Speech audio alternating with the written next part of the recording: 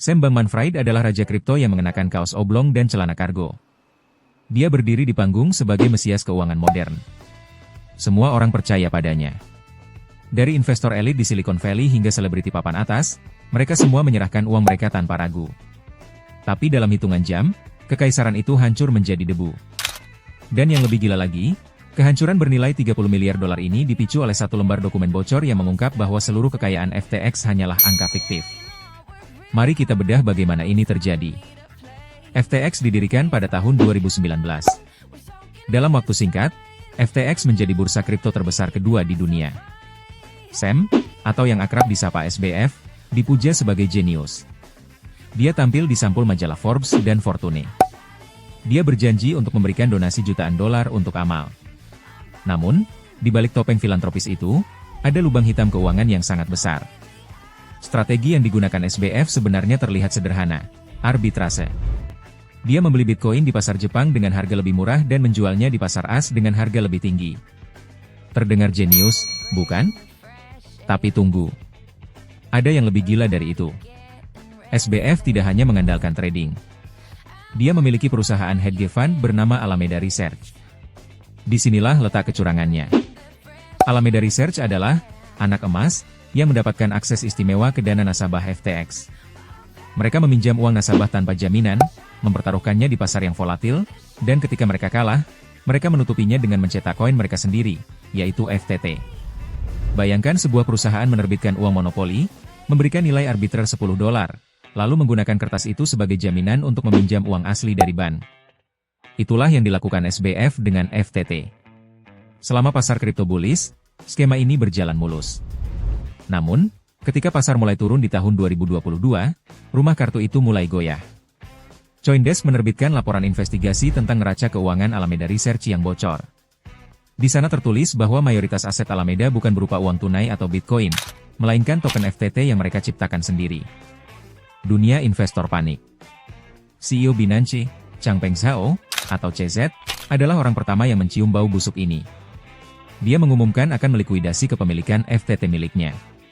Ini adalah pemicu bom waktu. Dalam 48 jam, nasabah FTX berbondong-bondong menarik dana mereka. Namun, uangnya sudah tidak ada. FTX mengalami krisis likuiditas. SBF mencoba mencari suntikan dana darurat, bahkan memohon kepada pesaingnya untuk menyelamatkan perusahaannya.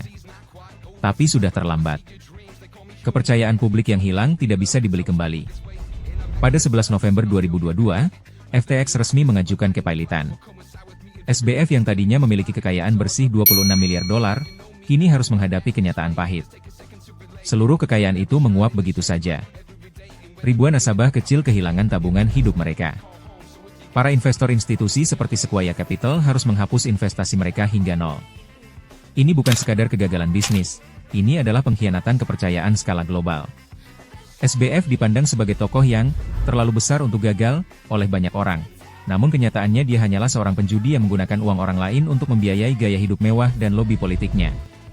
Kita melihat bagaimana regulasi yang lemah di dunia kripto memungkinkan individu seperti SBF beroperasi di luar pengawasan ketat. Dia menggunakan posisinya untuk mempengaruhi kebijakan di Washington DC, memastikan bisnisnya tetap berada di zona abu-abu hukum. Di balik drama ini, terdapat pelajaran besar tentang manajemen risiko. Ketika sebuah perusahaan menjanjikan keuntungan yang tidak masuk akal dengan teknologi yang bahkan tidak bisa dijelaskan secara sederhana, itu adalah tanda peringatan pertama. SBF menutupi kompleksitasnya dengan retorika altruisme.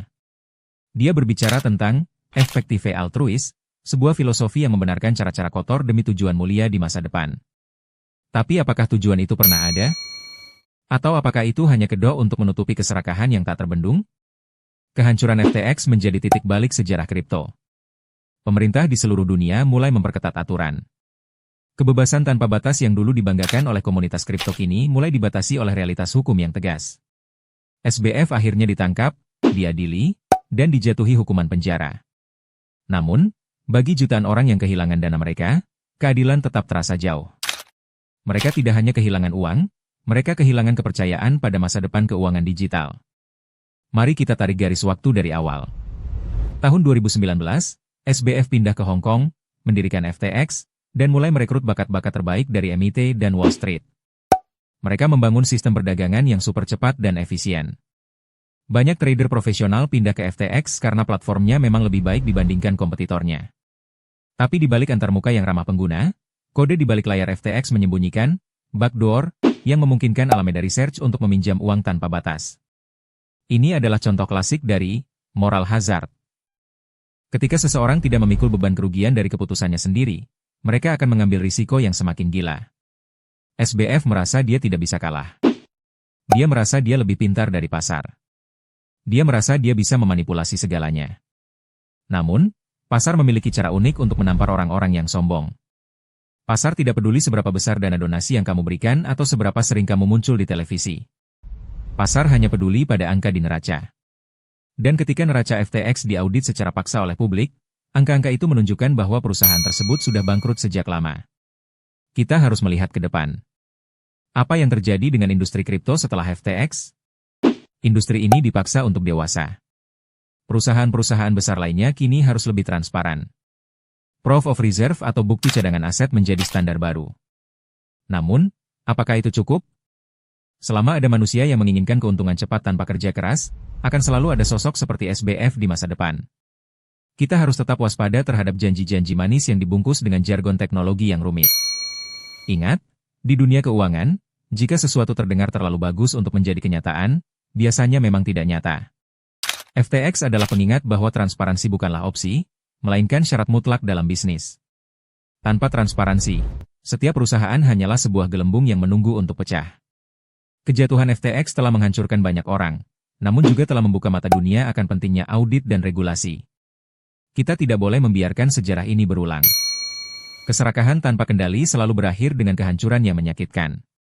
Kalau kamu mengira kehancuran FTX adalah akhir dari segalanya, kamu salah besar. Dampak sistemik dari keruntuhan ini menyeret puluhan perusahaan lainnya ke dalam jurang kebangkrutan yang sama. Efek domino yang dihasilkan jauh lebih dahsyat dari yang diperkirakan oleh analis keuangan manapun saat itu. Dunia menyaksikan bagaimana uang triliunan rupiah lenyap dalam sekejap karena ulah satu orang yang merasa dirinya bisa mengatur nasib pasar. Jika kamu terkejut dengan fakta bagaimana SBF menipu dunia, kamu wajib nonton video kami tentang skema Ponzi modern yang jauh lebih besar dan masih beroperasi di balik layar hingga hari ini.